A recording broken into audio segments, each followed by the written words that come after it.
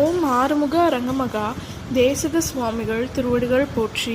தவத்திரு குருநாதர் ஆசியால் அகத்தியர் சன்மார்க்க சங்கம் தூத்துக்குடி கிளை சங்கத்தின் சார்பாக 10/7/2025 தூத்துக்குடி தெப்பக்குளம் மாரியம்மன் கோயில் வளாகம் மற்றும் அரசு மருத்துவமனை வளாகத்தில் பசித்தோர் சுமார் 350 நபர்களுக்கு வெஜிடபிள் பிரியாணி சிறப்பாக வழங்கப்பட்டது. வழங்கியவர்கள் திரு ஜெய்சங்கர் மற்றும் சௌந்தர்யா மற்றும் தூத்துக்குடி அகத்தியர் சன்மார்க்க சங்க அன்பர்கள்.